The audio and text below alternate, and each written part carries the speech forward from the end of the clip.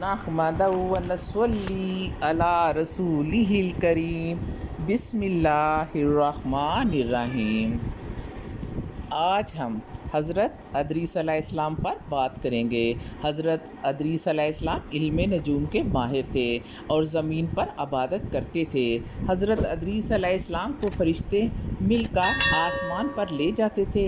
علم پڑھانے کی کثرت کی وجہ سے آپ کا لقب ادریس ہوا۔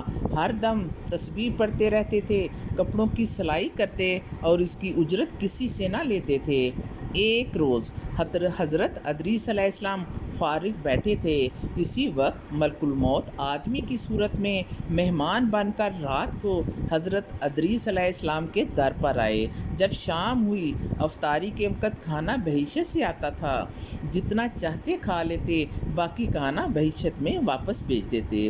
اور اس دن کا کھانا جب بہشت سے آیا تو حضرت ادریس علیہ السلام نے وہ کھانا اس مسافر کو کھلا دیا۔ مسافر نے کچھ نہ کھایا اور مسلسل عبادت میں مصروف رہا۔ حضرت ادریس علیہ السلام یہ صورتحال دیکھ کر حیران ہوئے کہ یہ شخص کون ہے۔ حضرت ادریس علیہ السلام نے دن چڑھنے پر ان سے کہا کہ اے مسافر، تم میرے ساتھ چل تاکہ میں خدا کی قدرت صحرا میں جا کر دیکھوں۔ دونوں بزرگ گھر سے نکل کر صحرا میں گیہوں کے کھیت میں پہنچے۔ ملک الموت جو اجنبی شخص کے روپ میں تھا، اس کھیت سے گیہوں کے خوشے لے کر آیا اور کھانے لگا۔ حضرت ادریس علیہ السلام نے کہا کہ عجب بات ہے کہ تم نے رات کو حلال کھانا نہیں کھایا، اب حرام کھانا کھانا چاہتے ہو۔ اس کے بعد دونوں بزرگ ایک باغ میں گئے اور وہاں بھی انگور دیکھ کر حضرت اسرائیل علیہ السلام اسے کھانے کا ارادہ کیا تو حضرت ادریس علیہ السلام نے کہا کہ اس سے کھانا حرام ہے۔ پھر جاتے جاتے بکری کو دیکھا، حضرت اسرائیل علیہ السلام نے اسے کھانے کا قصد کیا۔ پھر حضرت ادریس علیہ السلام نے کہا کہ بیگانی بکری کھانا حرام ہے۔ اس طرح دونوں 2 دن تک باتیں کرتے رہے، جبکہ حضرت ادریس علیہ السلام نے سوچا کہ یہ شخص بنی آدم سے نہیں لگتا۔ اس کے بعد حضرت ادریس علیہ السلام نے شخص سے کہا کہ تم کون ہو؟ اس نے عرض کیا میں اسرائیل ہوں۔ تب حضرت ادریس علیہ السلام نے کہا کیا تم لوگوں کی جان نکالتے ہو؟ انہوں نے کہا کہ ہاں۔ میں حضرت ادریس علیہ السلام نے کہا کیا تم میری جان نکال سکتے ہو؟ حضرت اسرائیل علیہ السلام نے کہا کہ نہیں، میں تمہاری اچھے مزاج کی وجہ سے تمہارے پاس آیا ہوں اور میں تمہاری جان نہیں نکال سکتا جب تک کہ اللہ تعالیٰ اس کی اجازت نہ دیں۔ حضرت ادریس علیہ السلام نے کہا کہ تم پچھلے 3 دن سے میرے ساتھ خوش گپیوں میں مصروف ہو، اس دوران تم نے کسی کی جان قبض کی ہے کہ نہیں؟ فرشتے نے کہا کہ کسی کی جان نہیں نکالی، یہ جان نکالنا میرے بائیں ہاتھ کا کام ہے، جیسے تمہارے دونوں ہاتھوں میں روٹی ہے۔ جس کی موت آتی ہے میں ہاتھ آگے بڑھاتا ہوں اور ساتھ ہی روح نکل جاتی ہے۔ فرشتہ بولا اے حضرت ادریس علیہ السلام، میں تمہارے ساتھ دوستی کرنا چاہتا ہوں۔ حضرت ادریس علیہ السلام نے کہا کہ میں دوستی تب کروں گا جب تم مجھے موت کا مزہ چکھاؤ گے، تاکہ مجھ میں خوف آئے اور عبرت حاصل ہو۔ اس کے بعد میں اللہ تعالیٰ کی عبادت زیادہ کروں گا۔ اسرائیل علیہ السلام نے کہا کہ میں اللہ تعالیٰ کی مرضی کے بغیر کیسے تمہاری جان نکال سکتا ہوں؟ تب حضرت ادریس علیہ السلام نے اللہ تعالیٰ کے حضور عرض کی کہ آپ اسرائیل سے کہیں کہ میری جان قبض کر لے۔ اللہ تعالیٰ کے حضور عرضی قبول ہوئی اور اسرائیل علیہ السلام نے حضرت ادریس علیہ السلام کی جان نکال لی۔ ملک الموت نے پھر دعا مانگی، حضرت ادریس علیہ السلام کو زندہ کیا۔ اس کے بعد حضرت ادریس علیہ السلام نے ملک الموت کو گلے لگا لیا، دونوں نے آپس میں رشتہ داری قائم کی۔ پھر ملک الموت نے حضرت ادریس علیہ السلام سے پوچھا جان نکلے میں کتنی تکلیف اٹھائی؟ حضرت ادریس علیہ السلام نے جواب دیا جس طرح کسی زندہ جانور کی کھال اتاری جاتی ہے۔ ملک الموت نے جواب دیا قسم ہے رب العالمین کی، جتنی جان کنی میں تمہیں اذیت ہوئی ہے اتنی کم کبھی بھی کسی کو نہیں ہوئی۔ اس کے بعد حضرت ادریس علیہ السلام نے فرمایا مجھے دوزخ دیکھنے کا بھی شوق ہے، تو مجھے اس کے دروازے پر لے کر چل تاکہ میں اس کے دیکھنے سے خوف الہی زیادہ پیدا ہو اور میں اللہ کی عبادت زیادہ کروں۔ تب ملک الموت نے حکم الہی سے ان کو 7 طبق دوزخ کے دکھائے۔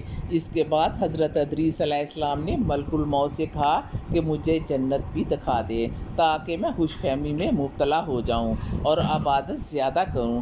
حضرت اسرائیل علیہ السلام نے حضرت ادریس علیہ السلام کو جنت دکھانے کے لیے لے گئے اور انہوں نے جنت کے نظارے اپنی آنکھوں سے دیکھے اور کہا میں جان کنی کا مزہ چکھ چکا ہوں اور دوزخ بھی دیکھی ہے، اور زبان اور خلق پیاس سے خشک ہیں، جگر جل گیا ہے، میرا دل کرتا ہے میں بہشت میں جا کر ایک پیالہ پانی کا پیوں۔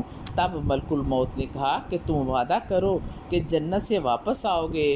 شدید پیاس کی وجہ سے حضرت ادریس علیہ السلام نے واپس آنے کا عہد کیا کہ میں واپس آ جاؤں گا۔ اللہ کے حکم سے اپنا جوتا درخت طوبہ کے نیچے چھوڑ گئے، کیونکہ عہد باہر آنے کا کیا تھا۔ بہشت سے باہر نکل کر اپنا نالین لے کر بہشت میں ایک درخت پر بیٹھ گئے۔ کچھ دیر بعد ملک الموت نے آواز دی اے ادریس دیر مت کرو۔ اس کے جواب میں انہوں نے فرمایا کل نفس ذائقۃ الموت، جس کا ترجمہ ہے ہر ایک کو موت کا مزہ چکھنا ہے۔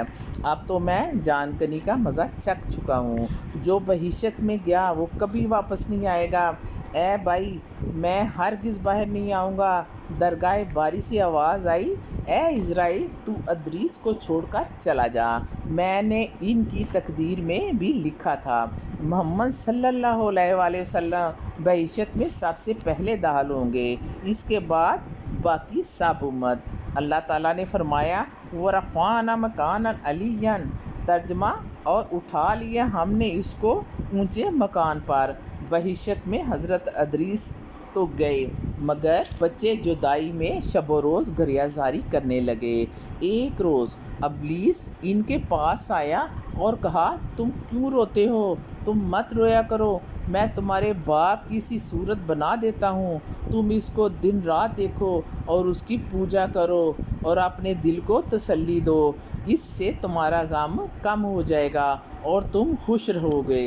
ابلیس نے ایک ایسی شکل بنائی جو ہو بہو حضرت ادریس علیہ السلام سے ملتی تھی، صرف اتنا ہی فرق تھا کہ یہ صورت بات نہیں کر سکتی تھی اور وہ لوگ اس صورت کو پوجا کرتے تھے۔ آہستہ آہستہ بت پرستی تمام علاقے میں پھیل گئی، مشرق سے مغرب تک یہ کام جاری رہا۔ کوئی آدمی اللہ تعالیٰ کو نہ جانتا تھا، علم اور عمل کی کمی تھی۔ بعد میں اللہ تعالیٰ نے حضرت نوح علیہ السلام کو ان کا پیغمبر بنا کر بھیجا تاکہ ان کو راہ ہدایت دیں۔ آخر میں یہی دعا کروں گی کہ اللہ تعالیٰ ہمیں صراط مستقیم پر چلنے کی توفیق دے۔ اللہ تعالیٰ ہمیں اپنے سایہ رحمت میں رکھے۔ یا رب العالمین ہم سب کو مصائب کی گھڑیوں سے بچا، توحید و سنت پر قائم رکھ۔ یا اللہ ہمیں شرک و بدعت سے دور رکھ۔ یا اللہ موجودہ وبا سے ہم سب کو نجات دے دے۔ اے بادشاہوں کی بادشاہ، اے کائنات کے مالک، اے باری تعالیٰ، اے پاک ذات، ہمیں ہمیشہ اپنے سائے میں رکھنا، ہر بیماری سے بچا کر تندرست اور آباد رکھنا، ہمارے ایمان کو سلامت رکھنا اور ہر مصیبت سے بچانا اور اسلام کا بول بالا کرنا، ماں باپ کی خدمت کرنے کی توفیق دینا۔ آمین ثم آمین۔